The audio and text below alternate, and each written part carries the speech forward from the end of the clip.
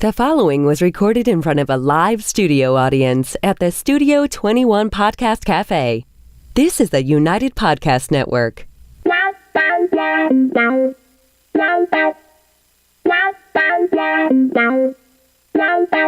Welcome to the Writer's Block Podcast NH. This is a podcast designed by writers for writers on the journey to being published. Joined Mandra Viscornet. It was so healthy and nutritious. Deborah Monk. Can we open each podcast with a dance number? Shelley Devlin. It was so full of inspiration and sparkles. Every Tuesday morning live on YouTube. And make sure you subscribe to catch the podcast anytime on iTunes, iHeartRadio, Podbean, Spotify, or your favorite podcast catcher. It's time to be inspired, feel empowered, and be well with the Writer's Block Podcast NH. And welcome to the Writer's Block Podcast. I'm Mandra. I'm Debbie. And I'm Shelley. Thank you for joining us here at the Writer's Block, where our mission is to inspire, empower, and to help people be well. We're streaming live on Facebook from the Studio 21 Podcast Café on this Tuesday morning. And on today's show, we welcome author and ghostwriter Dave Copeland. Hi. Welcome. Thanks for having me.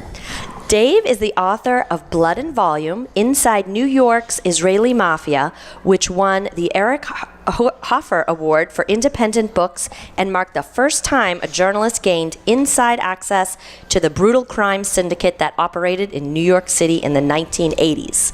I gotta stop right there and just pause, let that sink in before I read the rest of the bio. Because we will talk about that book. We have a copy of it here. That sounds really interesting on how that all happened.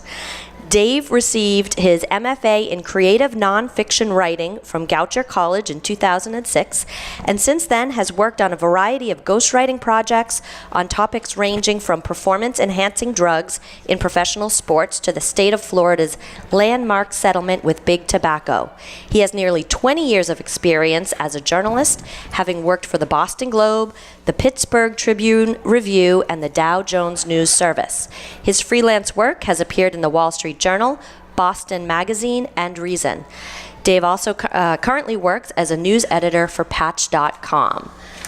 So thank you so much for coming on. Yeah, thank you. And you reminded me of some stuff that I had forgotten about. So. Right, you've done a lot. It's quite a bio. It is quite a bio, and there's a few things I didn't put in there, but yeah, you have quite a bit of experience. So we're going to eventually talk about some ghostwriting, but we wanted to hear a little bit about how the book happened. Yeah, I feel like I've told this a million times, but when I was in grad school from 2004 to 2006, I was primarily supporting myself through freelance writing, and I was on Craigslist looking for freelance writing jobs, and there was an ad that said my husband and I are in the witness protection program, and we're looking for a writer to tell our story to. Wow. On Craigslist? On Craigslist. So Holy Wow. It's not just pervs. There's actually people in the witness protection program on there too, apparently. And did they have other people answer the ad, do you know? Yeah, so I emailed them, this would have been 2004, fall of 2004, never heard anything back, and then on Christmas Day, being Jewish and all, they didn't realize, and they sent me an email, and the next month I flew out to where they were living, thinking that, I was either going to come home with a great story or I was going to be a victim of some serial killer scam. And some accident. And I proceeded to work on it for the next 2 years, and it came out in 2007. So. Wow. Boy, that's interesting. You can go on Craigslist and get freelance writing jobs? You could what do you at the look? time. Oh, at the time. I haven't really paid attention, but they had like writing gigs and then contract writing work. Wow. And then casual encounters, which I was single at the time, so I'd always take a look. No, I'm kidding. So that's why you were originally looking at the Craigslist. Yes. Okay. And you saw a couple looking for. Speaking of couples, I am kind of curious. We can say the names that are in the books. Yes. Okay. That's their pre-program Right. names. So they have new names now, although they're not that much different. One of the things I learned is that the witness protection program is that they try and give you a name that sounds similar. Really? So if I went in, I might be called Steve because I'm more likely to respond to that sound as opposed to Jonathan or something. Right. That's Mr. Jonathan to you. I was just picking out a Mr. generic Jonathan, name. producer extraordinaire. Heard yeah, your word, exactly. Dave. It's a long name. So so if I can use her name, I kind of wanted to know what happened to Honey. Was she still doing drugs? The last I knew, she was clean in the sense that, But she'd certainly been clean many times. Yeah, and I think one of the reasons she was clean is because she had kind of the residual health problems that come when you live that hard that catch up with you in your 50s and 60s. So, it's not a happy ending. Oh, I was hoping they would end up together. No, he's still very much taking care of her, or the last time I talked to him, he was still very much taking care of her, but they were living separately, and, Right. that was kind of the end of it. So that's the Blood and Volume. Yeah. The characters in so you met with this couple, you flew out and got the story. Right. And then what happened next? Like, what's the... We just started talking. I'm just thinking, why don't the serial killers from the mob go on that and say, aha, I found them? That could have been risky putting Because that out. literally nobody knew that writing gigs could be found on Craigslist. That's true. That's true. Except for me. You're right. Except for Dave. Well, now they Who know, happened to be though. looking for something else. I don't think the mob's listening to your show, Deb. I think we're all safe Oh, here. Jonathan, I don't know about I don't that. know about I know. that. And let's not go there. We do have our own personal mob story, but we'll save that for another time. Oh, it's your personal one? Because I've heard it. Have you? Well, you're my personal friend. Of course you would have heard one of our good stories. Well, there was always that concern where was I at risk, especially Yeah. around the time the book was coming out. I was doing press here. I did press. I didn't go to Israel. In fact, I probably never will go to Israel as a result of this. Because everybody that he testified against ended up either they got extradited back to Israel, and the main guy that he testified against is still running the underworld in Tel Aviv. So, and they could find you So there was always this concern: would they come to me looking to find for him, right? How do you And, resolve that? You just take you your find chance. religion, and you start praying. One of the guys that was also made a deal with the government was killed about 2 weeks before the book came out. The U.S. Marshal Service threw my guy out of the witness protection program a week before the book came out. He's saying, once there was this publicity, they're like, you weren't supposed to talk to him, so you're out. So, And is he still out? He's He's once not you're in out, it? Not allowed Oh, in the really? he remains in hiding, but he doesn't have anybody in the government he can call if things if he gets in trouble. Which that sort of does make. Oh, so did they realize that was going to be the outcome? I think they knew it was a chance, but I also think they were hoping that They wouldn't notice. The FBI doesn't read. Yeah, and that. Well, I mean, the universe is sending you signs. I don't know which direction you're listening for, but you had said, like, not only the characters in the book and all those things that have just happened that you're speaking of, but getting the book published. Right. Like, all these things. She calls you or sends you an email on Christmas Day. All these things start happening. People start dying. Your publishing company went bankrupt the day you were going to put this out? It was within a week or two before the book shipped. Like, that is the universe saying, What do you think it's saying? I think it was saying, like, Watch out. watch out. You might want to Well, put a he's here. bulletproof vest on. Yeah, they. I had a book release party without any books because they had not paid the printer. So the books were supposed to come out a certain date. I had scheduled this book release party, non-refundable deposits at a bar in Boston, and no books. Oh, my goodness. Wow. That happened to me too. I made cookies. And I brought cookies. I said, I'm sorry I don't have a book, but here's a cookie. Here's a cookie and a postcard of what it's going to look like. I had an open bar, so That's even better. That's better. That was better than cookies, Yeah, for sure. for Deb. sure. With no way to fund right with Yeah. no way. the open bar. So you had told me a story at one point that the man that you had struck the deal with ended up dying as well when it came to your book. Am I misremembering that? You might be. So the Yeah, it doesn't. I don't. Was it the publisher? publisher? Oh yeah. Take us through that process. The publisher was Barricade Books, and they're a small independent publisher.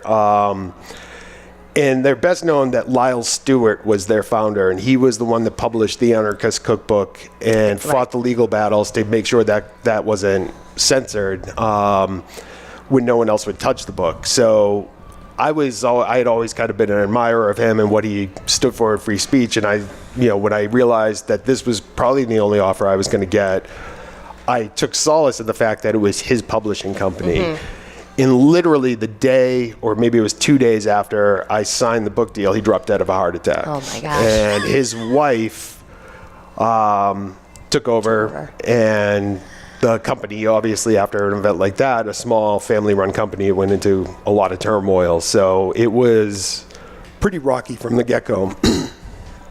Sorry. Had you written the book, or did you have a deal with him before you wrote it? I had the program at Book Gouchers. You basically have to produce a book-length piece of nonfiction over the 2 years you're there, and so this was essentially my thesis. Oh, I see. So you had it done. Yeah, I had it done, and I had written a lengthy proposal, and this was the offer that came through. Did you get a good grade? A good grade? It's pass-fail. Pass-fail. Okay, so we assume you At the time, I was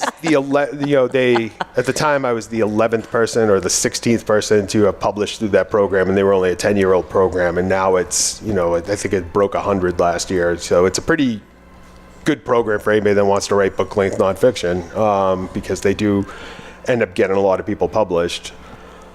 Interesting. But as I think everybody knows, getting published can be a blessing and a curse. Tell us, Deb, is it a blessing and a curse? What do you mean by that? I think, in hindsight, it's hard to say where this came out so long ago, and this is my life now, and there's been a lot of good things that have come from this, but I think in hindsight, do you take the offer just because you're getting the offer, or do you think, this is the advance they're giving me, this is kind of the reality of what this is? Do you wait? Do you try and find a different book idea? Do you try and go in a different direction with it? It's hard for me because I'm happy with the way things turned out, but at the time it was really stressful to kind of see this book that I had put a lot of time in, and it was getting really good reviews, but there was no movement off the shelves because of the publisher's situation and just because of the way publishing was in 2007. So how is it different now? Or what would you do different now? I think I might wait. Oh, for a better offer? Wait for another offer, or would you have considered self-publishing? I think I might have said that if I'm only getting one offer on this, is the market really ready for this? Or do all these people that have said no, the 15 people that said no, are they onto something? Mm-hmm. Wow. I think I was kind of duping myself that I'm a great writer and I will wow everybody and everybody will know and everybody will fall in love with this. And my kindred spirit. And I'm going to go to book signings and the lines will be at the door. Yeah, and then you go to those book signings and the only person that shows up is the one person who wants to tell you that you are slandering every Israeli person. Or you go to the Barnes & Noble in Queens, New York, and the only people that show up are your buddies from college. And, there's a signing after yours, which has 75 people out the door, but you're just sitting there with your 3 friends and feeling a little awkward. So that happens, huh? Yeah, so it's not just me. So how did you end up finding your way to ghostwriting out of this, what sounds like a bit of a debacle? Thank you for describing my career as a debacle. Just the start Just of it. the beginning, yeah. We're hoping it got better. The joke is that, and the joke I use is that the only 2 people that read it are my mom and my current agent, and now Debbie. So, thank you. Now it's up to 3, and you ruined a great joke that I've had for 15 years. But, and my agent had read it, and he liked the writing style. He liked the story. At the time, he was a literary agent, but he had this vision on Hollywood, so he was looking for books that would transfer into film or to film rights. But his basic philosophy is that writers spend all their time learning how to write, and as a result, they don't really lead that interesting of lives. And then the other... Ooh, say that again? I know I can It's listen to only the a show later. 22-minute podcast. Yeah. Writers spend all their time learning how to write. So they don't lead interesting lives. You know, when you're spending 6 or 7 hours a day staring at a computer, Jonathan watches me work almost every day. He knows that it's not that exciting. Well, you work here? Yeah, for the most part. Oh, wow. He's a fellow brother of the Leaf, so this is a place that he can smoke cigars and write. Yes. So he'd get pitches from the writers like me with their book proposals that were well written but not that interesting of a story. And then the other side of it is he'd get pitches from people that had actually gone out and lived those interesting lives but didn't know how to write. So what he does is he matches us together. Okay. Wow. I just heard the angels sing over here. Maybe Dave he and I could are be gonna a be new best ghostwriter. friends. Yes. So that's who hires ghostwriters, right? The people that have the Yeah. interesting stories to tell, but not necessarily the writing. Yeah. And a lot of times, ability. I mean, I think any writer has been in this situation and somebody comes up and says, oh, I have a could great write a book. idea. Or I should write a book. It's like, Yeah. well, go fucking do it. You know, Exactly. I'm sorry. I didn't mean to. I love it. Okay, I love it. we don't mind. Do it. You put Yes. up with the rejection and the hours of sitting there alone. Yeah. You know, if you think you're that great at it, go do it. And plus, you're probably not that interesting either. But Yeah, these are that the people person. that did it. Well, those people were. And, you know, I've had proposals that, you know, I've been asked to work on that I'm kind of like, why are they even hiring me? This is fine, to proposals that you have paragraphs that are really just one big run-on sentence that goes on for 2 or 3 single-space pages. That's Shelley. Pages and pages of it. But the idea is that you have to find what the real interesting story is, not Right. what the marketable story is, not I was born in West Virginia and I went to this elementary school and blah, blah, blah. Yeah, who cares? Yeah, you have to find what's the real essence of this story. And what does the process look like? Now, you're taking somebody who's not a writer, but I'm imagining that you're not sitting there doing audio interviews for hours and hours and hours and listening to recorded tape. There must be some sort of written word exchange between the two of you. In a lot of cases, the past few years, the way it's worked is that they have already written a proposal, or in some cases, they've written an entire book because that's the way they thought they should go about it. And they just send it to my agent, and he gets it. And he's really good at screening and kind of saying, well, there's something interesting here. But they've done some writing or quite a bit Yeah. of writing before it gets to you. At one point, I was doing kind of almost the way I did this book. I'd do lengthy interviews, and I'd sit down with people for hours and hours and hours over the course of weeks or even months and try and come up with what the story was. But since then, it's been more or less, he's primarily been working with people that have already done some of the writing. And then it's just the interviews I'm doing, it's kind of like, well, you mentioned this part here about the first time you smoked crack, and I think we need more of that. You glossed over that. That Yeah. could be interesting. We might want to spend some time on the crack. Which process do you like better? Do you like the lengthy interview process, or do you prefer working off of someone that already has their work kind of cut out for you? I like the lengthy interview process, but if I'm going to be doing that, I want it to be for my book. You know, I Gotcha. don't want it. I want it to be. I want to spend the lengthy interviews talking about the stuff I want to talk about. And at some point, I'll find time to do that book. It's just. Oh, I was just going to ask, do you have your own next project in mind? I was planning to get, because I teach, I have my winter breaks, which is I'm usually trying to lay out a personal project that I'll work on in the summer. And so I was planning on doing something on higher education after kind of 13 years in it, just kind of, here are the problems, and we're going to have a bunch of presidential candidates next year saying, we need to throw more money into higher education. And my thesis for that book is we should probably fix the system so it actually works before we throw a lot of money in it. And it was kind of going to be based on the false promise that's made to a lot of kids in high school now that go to college and you'll get a better job. Right. But that doesn't, we kind of treat college. I teach at Bridgewater State University and Bentley, and they're both colleges, but they're very, very different in what the outcomes are for the students. So, Why? And you mean Bentley hopefully is better? Because that's where I went. yes, it Oh, is. good. Yes. We could do a whole show on that. We should do a whole show on that. we should Maybe do a whole Dave show will on come that. back. But now it looks like and this is kind of how fast it moves, is that my agent got a proposal on Friday from somebody, and, he spent the weekend trying to sell him that he was the right agent, and he has this guy that lives not too far from him and knows all about his topic, and this would be your ghostwriter. So that was Monday, and the hope is that he'll make his decision today, and that by tomorrow at this time I'll be working on the next ghostwriting project. Is it Tom Brady? No, but my agent keeps referring to him as the Tom Brady of ice cream, and that's all I can say. Ben But and so Jerry's. can we talk about that, like the confidentiality piece to it? And does your now your name is on that book? But Yeah, this was my book. because that was your book. Yeah. Okay. This But when wasn't you do ghostwriting for other people, It usually depends on how big the person is. If it's kind of a nobody, they might try and parlay my name and the fact that, I do have a decent social media following. I do have kind of 20 so it years might of help doing with this. the marketing. Yeah, end so of it might things. be like Tom Brady with Dave Copeland. Right. Okay. Whereas some of the bigger name people, it's that person's name, and I'll probably be the first person listed in the acknowledgments.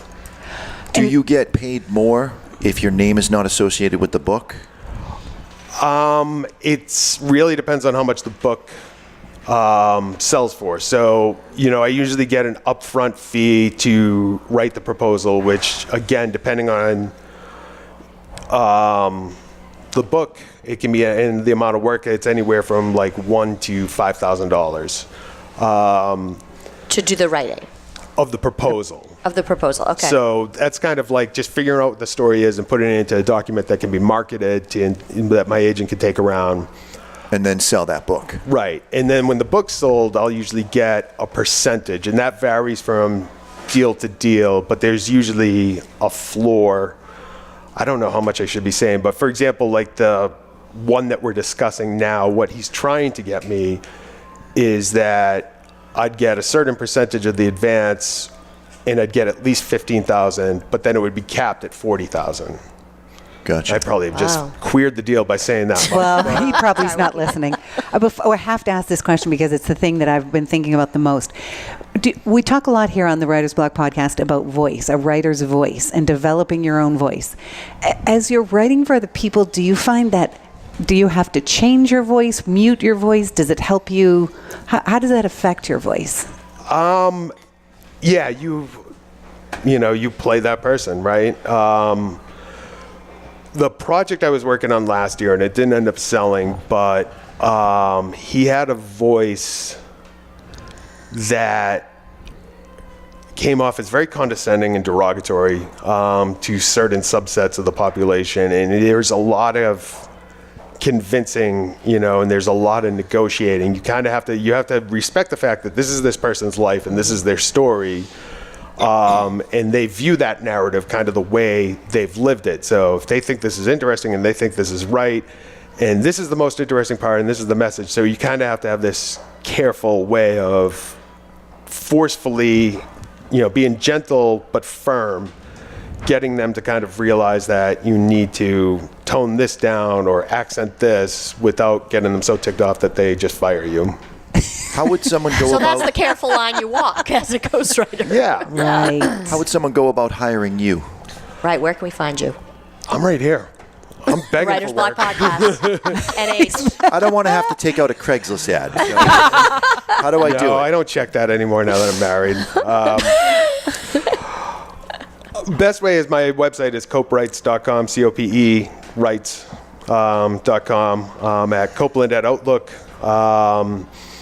And I'll probably, if I think somebody has a good idea, I'll probably refer him to my agent and let him, because he really understands where the market is, so he can kind of talk it through, and then he'll come back to me and say, I think this is good, and here's how I see it. And you specialize in a certain genre, which would be nonfiction? Nonfiction.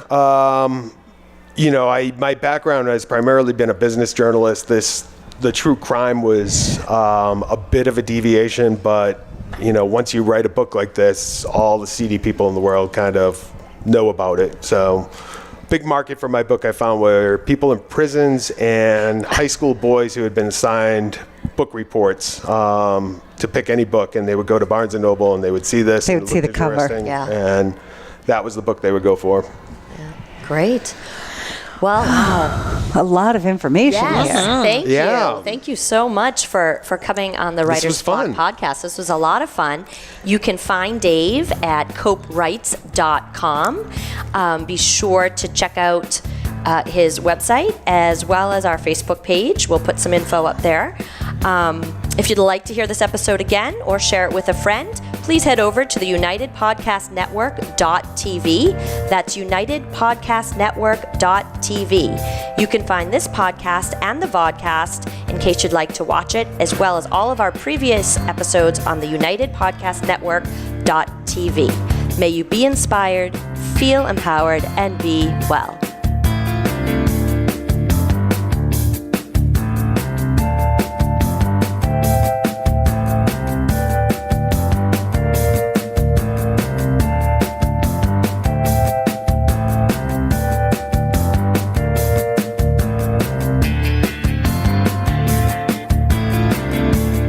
The views and opinions expressed by the hosts, guests, or callers of this program do not necessarily reflect the opinions of the Studio 21 Podcast Café, the United Podcast Network, its partners, or affiliates.